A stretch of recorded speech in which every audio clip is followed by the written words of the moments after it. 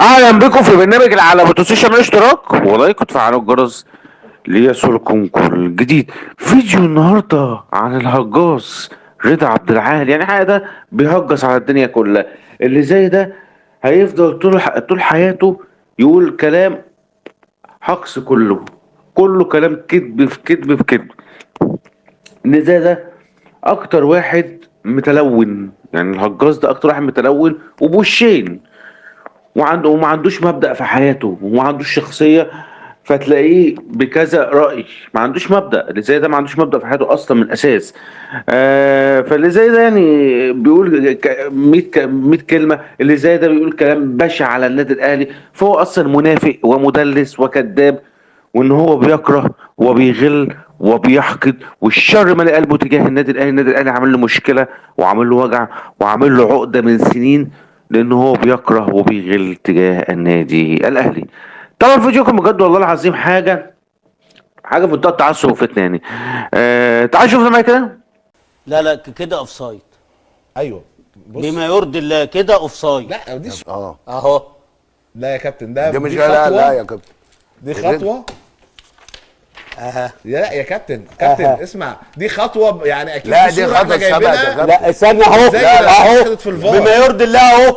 اهو مش ادي اخر كعب يا عبد الله، وادي الراجل اهو. شوف ده ايده فين.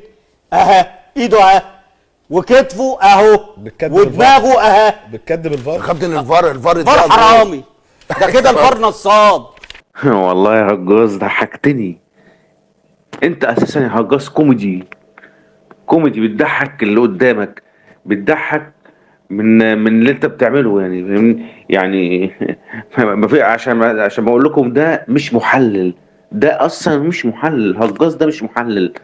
مفيش محلل في الدنيا شفتهاش في الدنيا يمسك ورقة كوميديا، يمسك ورقة ويحطها على الشاشة ويقول لك اهي مش اوف سايد، ويقول لك الفار حرام والحرام والفار نصاب.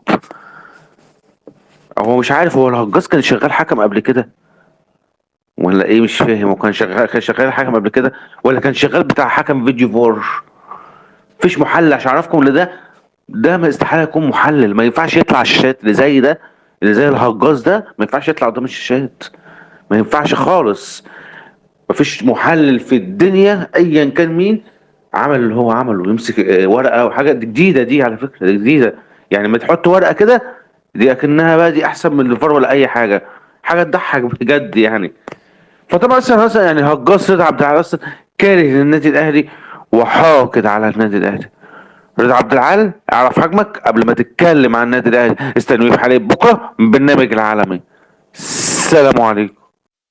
بنزل من بيتي في كل يوم، رايح للأهلي أنسى الهموم وارجع